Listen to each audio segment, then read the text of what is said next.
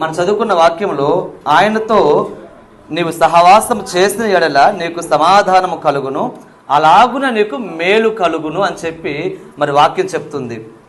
అయితే మరి సహోదరుల విషయంలో వాక్యం ఏం చెప్పాలనుకున్నప్పుడు దేవుడు నాకు మరి మంచి ఒక తలంపు ఇచ్చాడు. ఏమనంటే, ఒక వ్యక్తి తన జీవితంలో మరి తన జీవితాన్ని బాగా ఫ్యూచర్లో బాగుండాలంటే, లేదంటే తన జీవితం ఒక ఉన్నతమైన స్థానానికి వెళ్ళాలంటే ఒక 3 దశలు ఉంటాయి. ఆ 3 దశలు ఖచ్చితంగా బాగుంటేనే అవి ఆ మనిషి ఆ విధంగా మంచి స్థాయిలో ఉండగలడు. లేదా 3 దశలు ఏ దశ బాగలేకపోయినా కూడా తన జీవితంలో సమాధానం ఉండదు, నెమ్మది ఉండదు, లేదా తన జీవితంలో మంచి తన ఉన్నతమైన స్థానం ఉండదు. అది ఏంటయ్యా అంటే, పుట్టిన సమయం నుంచి తల్లిదండ్రులు వారు మరి కరెక్ట్ అయిన ఒక మంచి స్థితిలో వాళ్ళు పెంచితేనే, లేదా మంచి ఒక నడవడిక నేర్పిస్తేనే వాళ్ళకి ఒక మంచి ఫ్యూచర్లో మంచి స్థానం వాళ్ళకు ఉంటుంది. లేదంటే సెకండ్, ఇక తల్లిదండ్రుల స్థాయి దాటిన తర్వాత, ఇప్పుడు అన్నారు సహోదరు టీనేజ్ అన్నారు, అది నాకు ఇంగ్లీష్ అంత రాదు, కానీ యవ్వన దశలో ఉన్నారు, యవ్వన దశలోకి వచ్చారు. ఇప్పుడు ఆయనకి తల్లిదండ్రులు కాదు, ఇప్పుడు ఎవరయ్యా అంటే స్నేహితులు. ఈ పాట పడుకున్నాం కదా, స్నేహితుడా అనే పాట, స్నేహితులు ఆయనకి ఇప్పుడు నడిపించేవారు. ఆ స్నేహితులు కరెక్ట్గా ఉంటేనే తన జీవితం ఫ్యూచర్లో మంచి స్థాయిలో ఉంటాడు. లేదా స్నేహితులు మరి కరెక్ట్గా లేరు, ఒక మంచి స్నేహం లేదు అంటే జీవితం చెడిపోతుంది. తర్వాత స్నేహం అయిపోయిన తర్వాత మ్యారేజ్ అవుతుంది కదా, స్త్రీ అయితే భర్త, పురుషులైతే భార్య. వీరిలో ఏ ఒక్కటి కరెక్ట్గా లేకపోయినా కూడా తన జీవితము దేవదాస దేవదాస అయిపోతాడు ఇంక అంతే. అలాంటి స్థితి వస్తుంది ఒక మనిషికి, భార్యకు కానీ భర్తకు కానీ ఎవరికైనా స్త్రీ కానీ పురుషుడు కానీ. మరి సహోదరుడు బాలుడు నడవవలసిన త్రోవలు నేర్పించు అనే వాక్యము వద్దు, ఎందుకంటే ఆ స్థితి దాటి వచ్చాడు. ఇప్పుడు ఎక్కడున్నాడు అంటే యవ్వన దశలో ఉన్నాడు కాబట్టి యవ్వనస్తుల వాక్యం స్నేహితులు. ఇప్పుడు ఇక్కడ అంటుంది వాక్యము, ఆయనతో సహవాసం చేసిన ఎడల నీకు సమాధానము కలుగును, అలాగే నీకు మేలు కలుగును. ఎవరితో సహవాసం చేయాలంటే ఆయన. ఈ ఆయన అనే మాట నేను మరి లోతుగా ధ్యానించినప్పుడు యేసు ప్రభు వారికి వర్తిస్తుంది. ఇది యేసు ప్రభు వారు, ఆయన అనే మాట యేసు ప్రభు వారికి వర్తిస్తుంది. ఎవరితో సహవాసం ఉండాలంటే యేసు ప్రభు వారితో సహవాసం మనది ఉండాలి. నా ప్రియ సహోదరుడా, ఈ యొక్క రాత్రికాల సమయంలో మనం జ్ఞాపకం చేసుకోవాలి, సమాధానము లేక, నెమ్మది లేక, జీవితంలో సంతోషం లేక ఎంతోమంది యవ్వనస్తులు వారి జీవితాన్ని మరి మధ్యలోనే వదిలేసుకుంటున్నారు. వారి జీవితాన్ని నెమ్మది లేక, సమాధానం లేక అంతటితో ముగించేసుకుంటున్నారు. ఎందుకంటే స్నేహము, ఎందుకంటే ఫ్రెండ్షిప్ అలాంటిది వాళ్ళు చేస్తున్నారు కాబట్టి మధ్యలో ముగించేసుకుంటున్నారు. నా ప్రియ సహోదరుడా, అయితే వాక్యం చెప్తుంది, ఆయనతో సహవాసం చేస్తే సమాధానం ఉంటుందంట, అలాగే మేలు కలుగుతుందంట. మరి మనము మరి సహోదరుడే కాదు, మనము కూడా మన సహవాసం ఎవరితో ఉందని చెప్పి చూసుకుందాం. అలాగే బైబిల్లో మనం చూసినట్లయితే ఒక వ్యక్తి ఉన్నాడు. ఆ వ్యక్తి మరి మనకు అందరికి తెలిసిన వ్యక్తే. ఏం జరుగుతాయి అంటే, మరి అన్నదమ్ములకి గొడవ వస్తుంది. అన్నదమ్ములకు గొడవ వచ్చినప్పుడు అన్న తమ్ముడిని చంపాలని చూసినప్పుడు తమ్ముడికి నెమ్మది లేదు, భయము, ఏ పక్క నుంచి వస్తుందో భయం, మరణం ఎక్కడి నుంచి వస్తుందో తెలియదు. ఆ భయంలో, ఆ బెదురులో ఉన్నప్పుడు తన తమ్ముడు మరి అన్న చాలా కోపం కలిగి ఉంటాడు. అయితే చిన్న యవ్వనస్తులుగా ఉన్నాడు ఎవడు తమ్ముడు. ఆ యాకోబు అనే వ్యక్తికి మరి తల్లిదండ్రులు ఒక చక్కటి పరిచయం చేస్తున్నారు. చదువుదామా? ఆదికాండము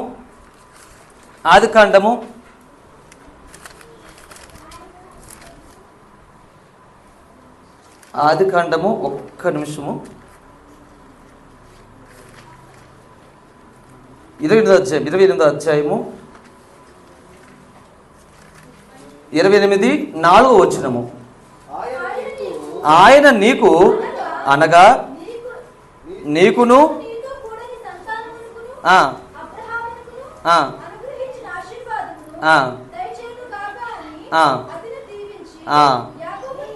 చాలమ్మా, యాకోబుని పంపివేస్తున్నాను. ఇక్కడ ఏం జరుగుతుందంటే, యాకోబు సహోదరుడికి గొడవ వచ్చింది. ఇక యాకోబు, నేను షార్ట్ కట్లు చెప్తాను, యాకోబును చంపాలని చూశాడు. యాకోబుకు నెమ్మది లేదు, ఆయనకి భయము. ఆ భయంలో తల్లిదండ్రులు చక్కటి సహవాసాన్ని నేర్పిస్తున్నారు. ఏం సహవాసం అంటే, వాళ్ళు అంటున్నారు తల్లిదండ్రులు పిలిపించి యాకోబుని, యాకోబు నీ అన్న నిన్ను చంపడానికి ప్రయత్నిస్తున్నారు, ఒకే దినం ఇద్దరు పోగొట్టుకోవటం అది మాకు బాధాకరము, కాబట్టి నువ్వు నా సహోదరుడు ఉన్నాడు లాబాను అనే వ్యక్తి, ఆయన దగ్గరికి వెళ్ళి అక్కడ బిడ్డల్ని వాళ్ళ కుమార్తె కుమ్మని పెళ్లి చేసుకొని అక్కడే నువ్వు నివసించు కొంతకాలం అని చెప్తూ అంతటితో పంపించలేదు. ఆయన అంటున్నాడు, మరి అబ్రహాముకు అనుగ్రహించిన ఆశీర్వాదం దయచేయును గాక, ఆయన నీకు అనగా నీతో కూడా నీ సంతానముకును, చూడండి చక్కటి ఆ యొక్క సహవాసాన్ని నేర్పించి పంపిస్తున్నారు. ఎవరిని? యాకోబుని. యాకోబు యవ్వనస్తుడిగా ఉన్నాడు నా ప్రియ సహోదరుడా. ఆయన ఎక్కడికి వెళ్ళాలో తెలియదు, ఏ ఊరో తెలియదు.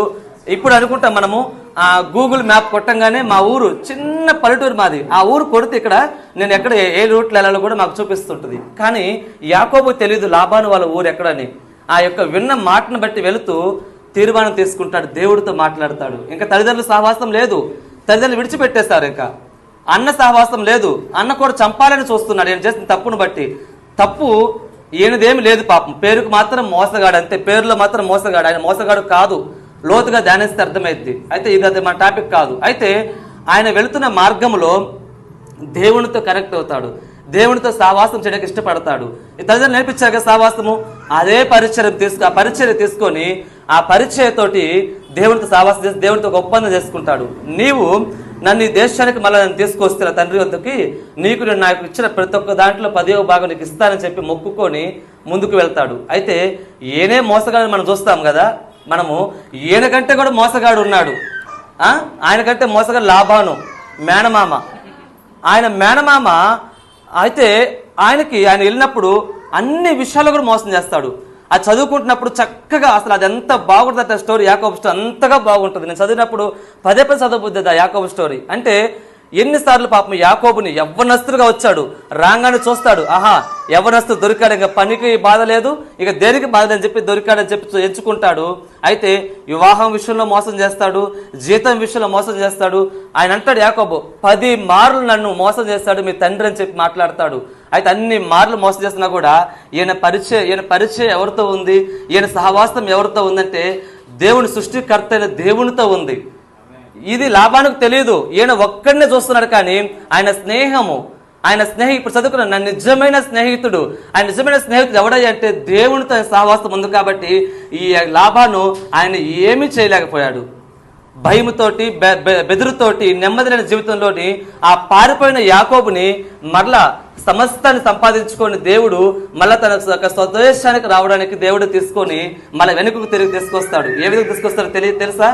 ఆ యొక్క ఏశావుకి ఎంత కోపం ఉందో తన తమ్ముడి మీద, తిరిగి ఆ కోపమంతా పోగొట్టి తను చూడగానే మెడ మీద పడి ముద్దు పెట్టుకుని ఏడ్చంతగా దేవుడు తనతో సహవాసం చేస్తాడు. నా ప్రియ సహోదరుడా, అదే సహవాసము మరి సహోదరుడు ఆ దేవుడి సహవాసము యాకోబు తన తల్లిదండ్రులు ఏ విధంగా దేవుడి సహవాసం నేర్పించారో అదే సహవాసం మరి సహోదరుడికి కూడా పరిచయం చేయబడుతుంది. కాబట్టి ఈ యొక్క యవ్వన దిశలో తను కూడా తన నిజమైన స్నేహితుడైన యేసు ప్రభువాడితో తను కలిసి నడుచువాడుగా ఉండుగాక. ఆమేన్. అటువంటి మరి స్థితిలో తన సహోదరుడు ఉండాలని చెప్పి ఆశ కలిగి మరి మాటలు మీకు చెప్పబడుతున్నారు ప్రతి సహోదరుడా. ఆయన అనే మాటకి చదువుదామా? మరి కొరింథీయులకు రాసిన మొదటి పత్రిక 1వ అధ్యాయము 9వ వచనము.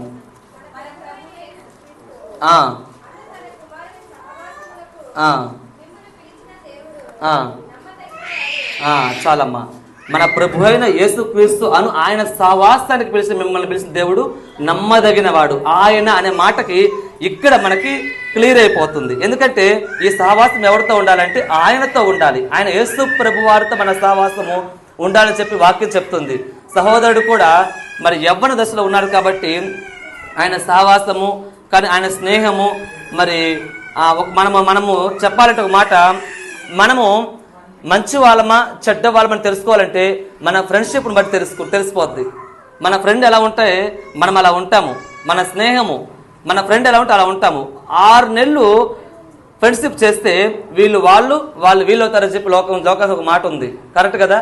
అయితే యేసు ప్రభు వారితో సహవాసం చేస్తే ఎలాగైతే 6 నెలలు చేస్తే వీళ్ళు అవుతున్నారో, యేసు ప్రభుతో సహవాసం చేస్తే యేసు ప్రభులాగా మారిపోవాలి. దేవుడి నామానికి మహిమ కలుగును గాక.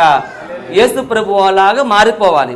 అటువంటి గుణలక్షణాలు తన సహోదరులు రావాలని చెప్పి మరి నేను ఆశ కలిగి వాక్యాన్ని మీకు చెప్పడం జరుగుతుంది. నా ప్రియ సహోదరుడా, ఈ వాక్యము దేవుడు దీవించి ఆశీర్వదించును గాక. దానికంటే ముందుగా మరి సహోదరు జీవితంలో మరి తనకి ఎటువంటి స్నేహితులు ఇప్పుడు దాకా ఉన్నారో నాకైతే తెలియదు, కానీ మరి ఏ స్నేహితులు ఉన్నా కూడా అది మంచి స్నేహితులైతే ఓకే, చెడ్డ వాళ్ళైతే విడిచిపెట్టేసి మరి మంచి స్నేహితుడు, ఇంకంతకంటే మంచి స్నేహితుడు ఇంకెవరూ లోకంలో లేడు. యేసుప్రభు వారే మంచి స్నేహితుడు. ఆయనతో సహవాసం చేస్తే నెమ్మది మరి సంతోషం అలాగే మేలు కలుగుతుందని చెప్పి వాక్యం విన్న విధంగా మరి సహోదరుడు కూడా ఈ రోజు నుంచి ఇప్పుడు దాకా సహవాసం చేస్తాడు, లేదని చెప్పట్లేదు, ఇక ముందు కూడా ఆయన సహవాసం చేయును గాక. ఆమేన్. ఈ చక్కటి దేవుడు వాక్యాన్ని దీవించును గాక. లేట్ అయితే సారీ.